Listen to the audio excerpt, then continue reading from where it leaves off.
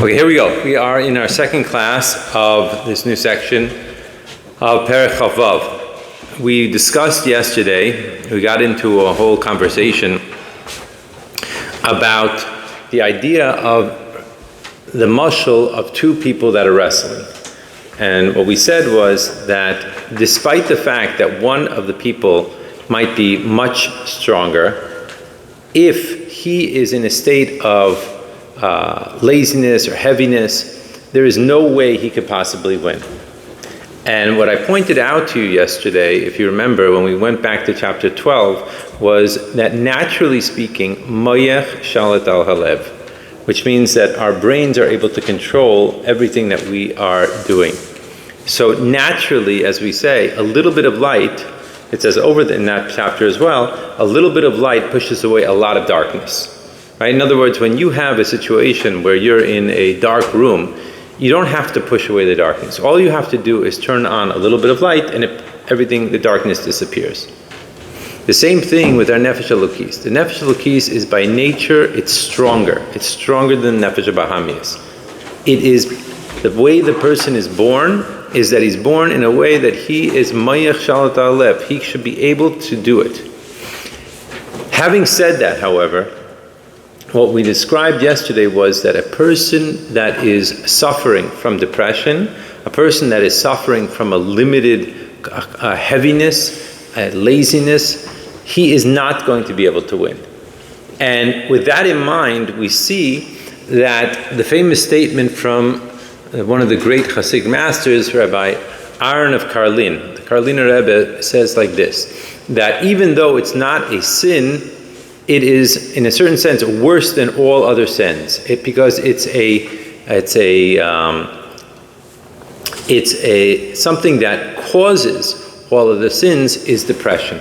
In other words, a catalyst for sins, we'll call it like that, right? In other words, when a person is in a state of heaviness, when a person is in a state of depression, they're just not interested in doing anything. They don't care. Like, well, why bother? Why bother learning? Why bother doing chitas? Why bother davening? Why bother anything?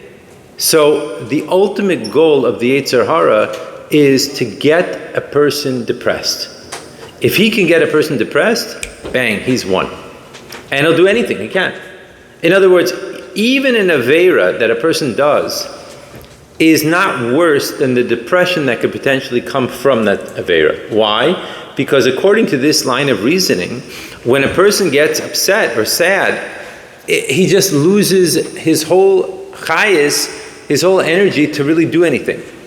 So, like we've talked about many times in this class, one of the goals of Tanya is to be able to see what is the other team's playbook. If you know what the other team is going to do, are they going to run or are they going to pass? Are they going to pass short or are they going to pass long? What are they going to do? If you know what the other team is going to do, it's much easier to win the game. The goal of the Yetzer Hara, the ultimate goal of the Yetzer Hara is get this guy depressed. Get this guy sad. No matter what. If I can get this guy sad, I'm going to win. That's the Yetzer Hara. Okay?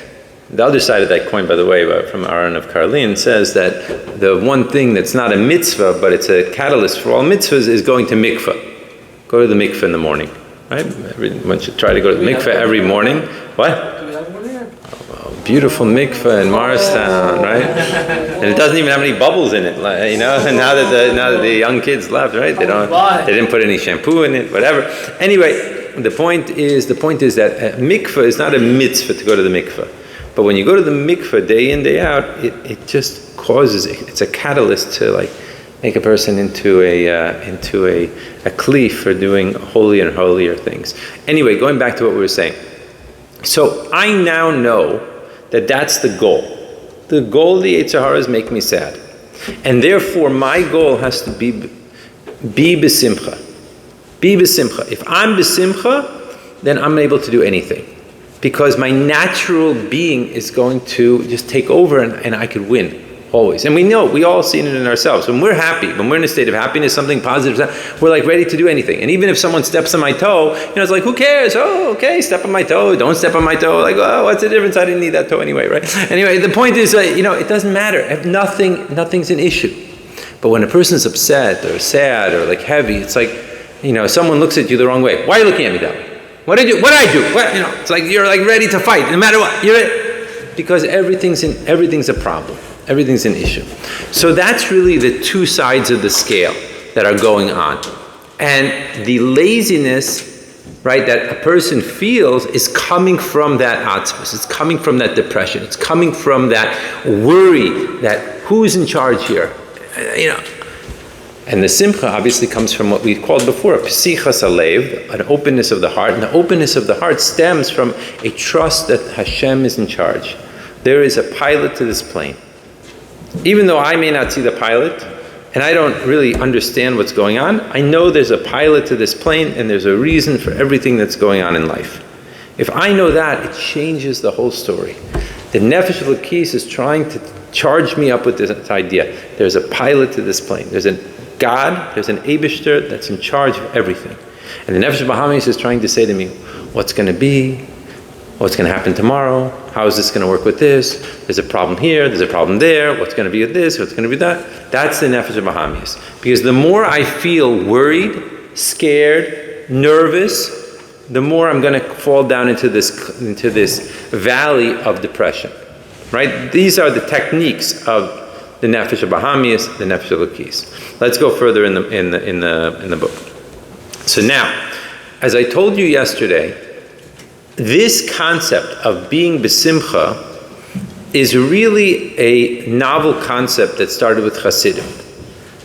And prior to that, and even the people that were against the Hasidim, right, it was not something that was the norm. And so therefore, the next bunch of sentences, the Alter Rebbe is going to show that this is an realistic and actual approach in Yiddishkeit. So he has to prove here that being besimcha, as crazy as it might sound now in the 21st century, if you look at any Orthodox Jew and you ask him, is there an idea to be besimcha or not to be besimcha? It's not a question. Because this concept has become so infiltrated within all of Orthodox Judaism that you don't see the difference between Hasidim and non-Hasidim anymore in this area.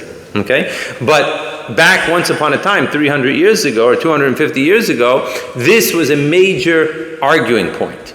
Believe it or not. So it says like this, we are 9 lines down on page 64, 9 lines down into chapter 26.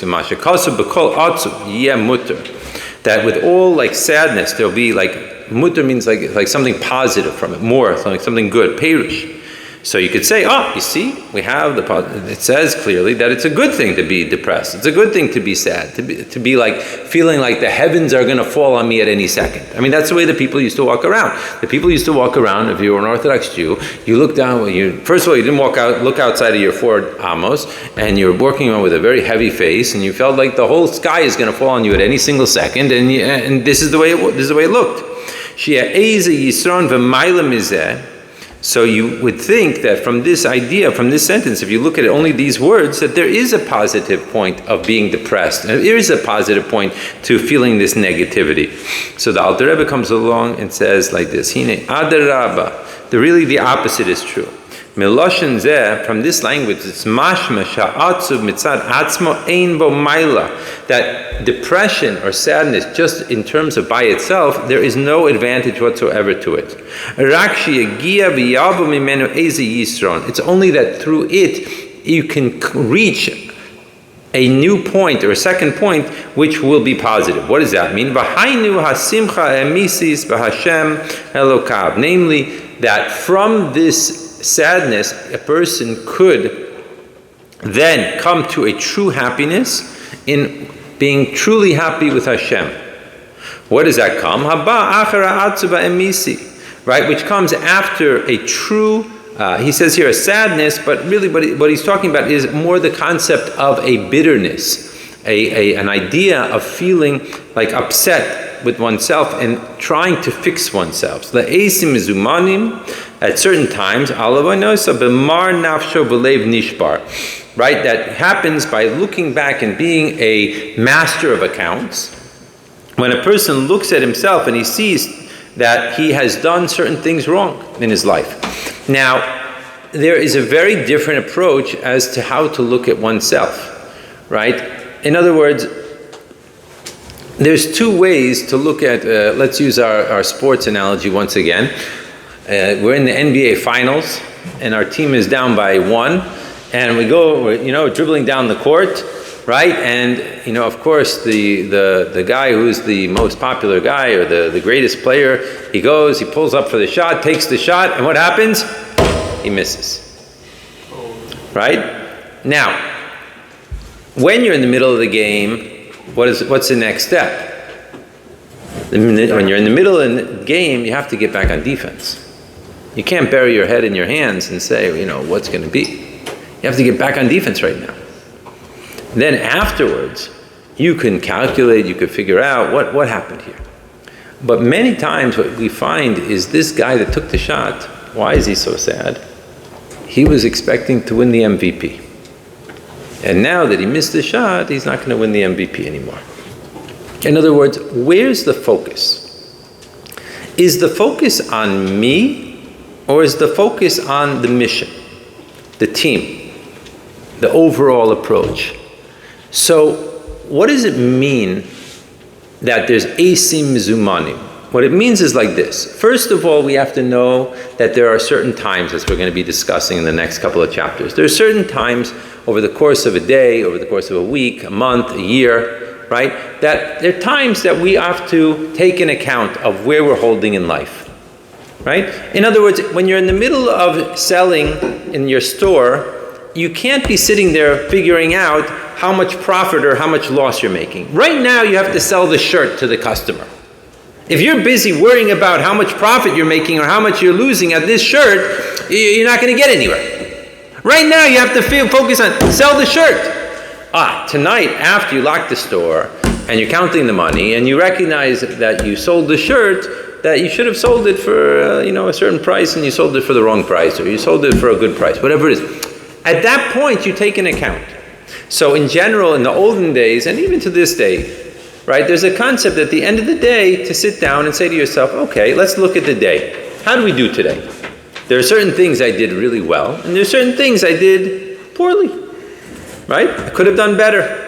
Or at the end of a week, we say on Thursday nights usually is the time at the end of the week, right? That before Shabbos. Shabbos is the Indian of Shabbos, Shuva, right? That's the idea of returning. And Thursday night is a time where we sit down and we look over the week and we say, you know what? There are certain things that I could have really done better this week. I failed in this area. On the other hand, I succeeded in this area. It's not a negative thing. It's a calculation. Or over the course of the year, like we're in the month of El now, right? The month of El, we can sit down, we could look at the year, we could see how are we going to make things better. Now, on the one hand, what am I thinking about? Am I thinking about, I'm going to get punished for this. I'm going to get Gehenna for this. I'm going to get in trouble for this. The lightning bolt's going to come out of the sky for that one. So that's not a Hasidic approach. The Hasidic approach is much more along the lines of, my soul was sent down here on a mission. And I'm supposed to be accomplishing this mission. What is the mission? The mission is to bring godliness into the world, to reveal Hashem in the world, to make what is known as a dira b'tachtainim, a dwelling place for Hashem in this world. And when I act in this way, you know what? I'm not doing that. I'm not accomplishing it. But when I act in this way, I do accomplish it. So the idea is, imagine like this. We've all had a situation like this, where let's say you step on your best friend's foot. Not necessarily step on his foot, but you do something that really bothers him, really hurt him, and you did it. There's a big difference between that, right? In which case, you can't go to sleep at night. You're so upset with yourself. How can I have done that? My friend, how could I have done this to him? I can't believe I was so foolish. I can't believe what got into my mind that I could have possibly done something like this. Right? That's the atzuv that we're talking about here. How can I have done this to Hashem? Hashem sent me on a mission. Hashem put a godly soul in my body. And what did I do with it? I did this silly whatever I did. I can't believe I did that. That's an atzuv. that we're talking about. That's more of what we'll call a bitterness, as opposed to a depression is someone that can't wake up in the morning. Why should I bother getting out of bed in the morning? Like, there's no purpose. What am I doing anyway? I can't accomplish anything. Very big difference. So the angle that he's talking about here is that I can't go to sleep at night. I can't believe I hurt my friend. When a person is like that, so then he can make a hachlata taiva, a good resolution. I'm never going to do this again. I'm going to call my friend. I'm going to fix it up. I'm going to do whatever I have to do to make him better, to make everything better. I'm not going to sleep until everything's worked out. All of a sudden, that's not a lack of energy, lack of chayas. That's chayas to the max. I'm not going to sleep until everything is fixed. Everything is worked out. I am never going to go down this road again. So this is what the Alter Rebbe is talking about here when he's analyzing this sentence. When he's analyzing this sentence, when it says, Bechol Atzav Yeh Mutter, he's talking about that you have the potential when you do that moment of self-calculation and self-analysis. How are you doing it? Oh gosh, I'm not a tzaddik. Oh my goodness, I thought I was a tzaddik and now I realize that I'm not a tzaddik. I thought I was going to win the MVP and I'm not winning the MVP. Is that the approach? No, that's not the approach. The approach is, how can I do this to Hashem? How can I have done this to Hashem? How can I have messed up my mission here? When you like that, all of a sudden it's like, okay, I'm ready to go. Let's do it. Let's fix things up. Let's go. Let's get things better. So he says from this, he says, Le'esim zumanim, and certain times, alavoi nasa, when he looks at his sins, b'mar nafsha, with the bitterness of the soul, b'leiv nishbar, with the broken heart, shal yidei zeh, that through this nishbar ruach hatuma v'sitra acher. So what happens with this is that instead of becoming a more egotistical person, of what's in it for me, what happens is that this winds up breaking the spirit of impurity that's around him. The mechitza shel barzel, the wall of iron, right? That's where the iron curtain, right? That probably came from. Hamafsek is beino la'abiv shebashamayim, which is separating between me and my Father in heaven. Because now I recognize I did something wrong. I hurt my friend. I hurt the situation. And all of a sudden, all of my arrogance, because so many times, where do these mistakes come from? These mistakes come from my ego. I'm not being careful, I'm not being thoughtful, when a person is a humble person, they're always thinking about other people, they're always trying to help, they're always trying to figure things out. And we all are sometimes humble and sometimes arrogant. Sometimes our ego just takes control of us and we just, we're like, oh, whatever, yeah. So this breaks that energy. All of a sudden, we can't go to sleep at night. So he says that once that happens, like the Zayir says on the pasuk, that the spirit is broken and the heart is broken. So then you could fulfill what it says earlier in the capital of Tehillim that we read every night. That says Tashmi'enu Sasam B'Simcha, that he's going to be able to be in a state of like a great joy and happiness. Right? And this is why that's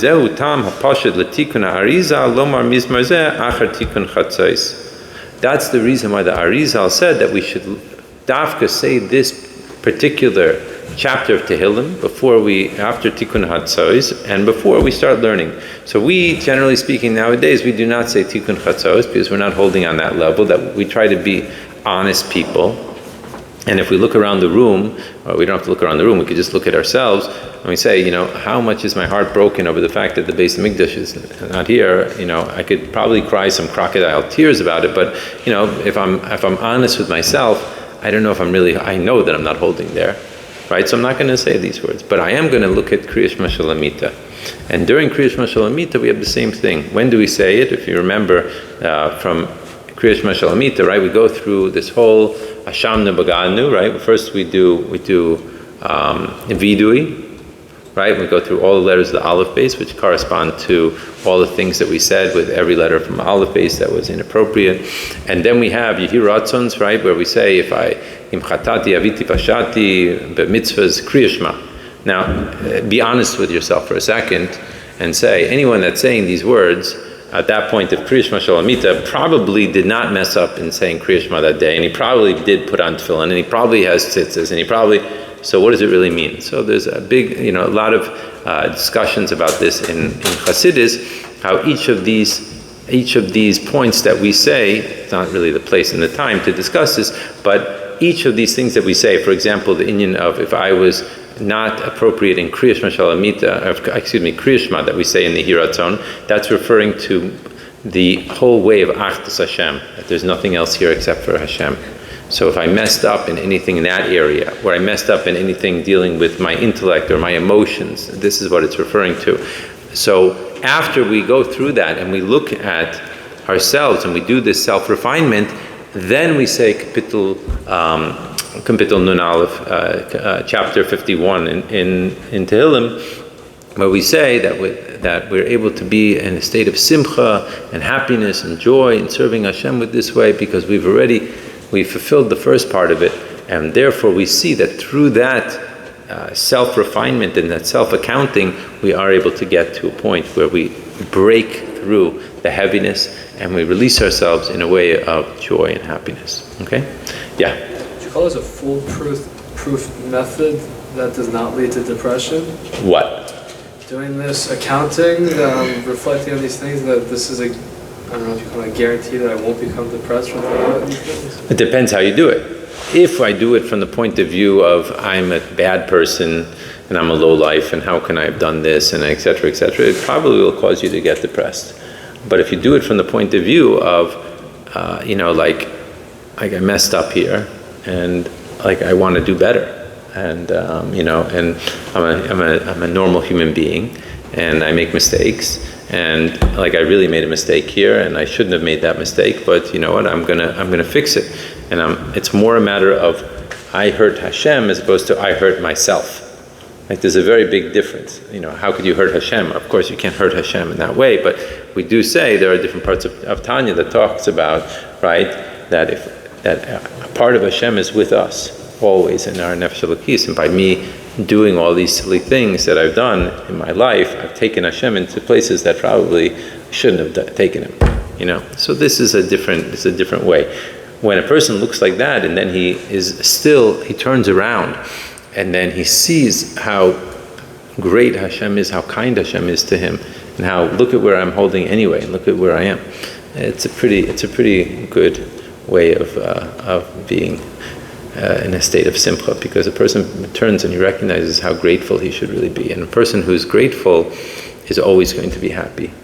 The depression comes from the arrogance, like I don't deserve this. Why is this happening to me? I deserve much better. How could this be? Whereas the idea of feeling grateful for whatever is going on, that is usually a catalyst for happiness in life. Yeah. Does this relate to concepts that are sometimes talked about in like the secular world as it approaches things like depression, where they talk about forms of like work-life balance and self-care time, of like trying to eschew away some of these more stressful parts of life to try to, like return to a center, but they don't use that spiritual language. But is it kind of the very similar concepts? I'm not really sure about the secular, just because I didn't learn it. So I can't really say about that. But I don't think it's so much about like pampering oneself. This is not about pampering oneself. It's actually the opposite. It's very much about person who's consumed with doing and is active and is usually the way the Hasidic model is usually more of a happier person, as opposed to a person who's sort of like pampering himself, making sure that everything is perfect for him and everything like that. So if I'm just picking up on one point that you brought out, but it's a little bit of it's a different paradigm. Whereas a person who recognizes like he's in this world and he has his own special mission that no one else in the entire world has, and he has a certain amount of time to do this, whatever he can do, And when he looks at it from that perspective, like he's involved in doing and helping other people and helping the world and, et cetera, that is usually going to bring him to the greatest happiness that he could possibly have. Whereas a person who is more like focused on the self and sensitive about himself and sensitive, according to Hasidus, is generally speaking not going to wind up in the same type of place. And essentially where it comes from, according to Hasidus, is that the more I'm going to feel my nefesh elokis, my godly soul, the more happy I'm going to feel, the more alive I'm going to feel. And the more I'm going to be living with my animal soul, so the more it's like closing down. So a person very often, when they have like some sort of event or some sort of mitzvah that they did, like all of a sudden they just feel like alive. They feel like so open.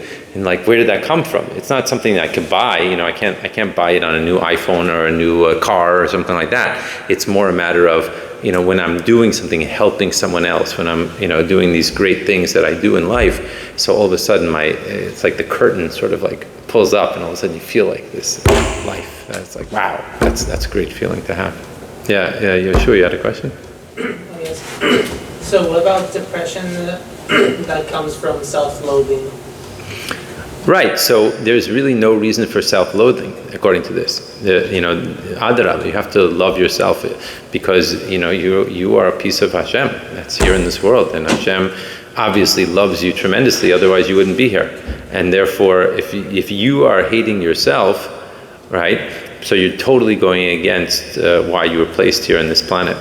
And so therefore, it's a matter of readjusting the perspective on life that I have to recognize that I am an important member of society and there's a real good reason why I'm on this planet, and I have to train myself to look at life from a very different perspective. And even if I've made thousands of mistakes, as most of us have, right?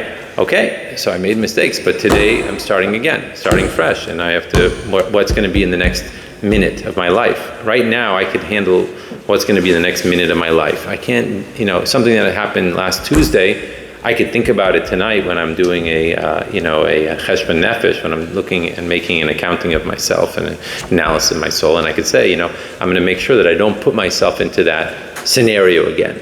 I can come up with a plan, but that was already last Tuesday. But right now, what can I do to change that? So that's, and I think the important point is, and let's just finish with this, I know we're over time, is to recognize that Hashem believes and knows that you are essential and I am essential in this world. And we have a mission here.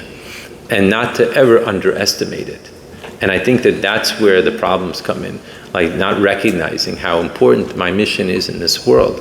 And when a person recognizes that, they're up for life. They're up for all the things that are happening, and that's really what it's about. Okay, let's hold here for now. Mi'ez Hashem will continue tomorrow. God willing.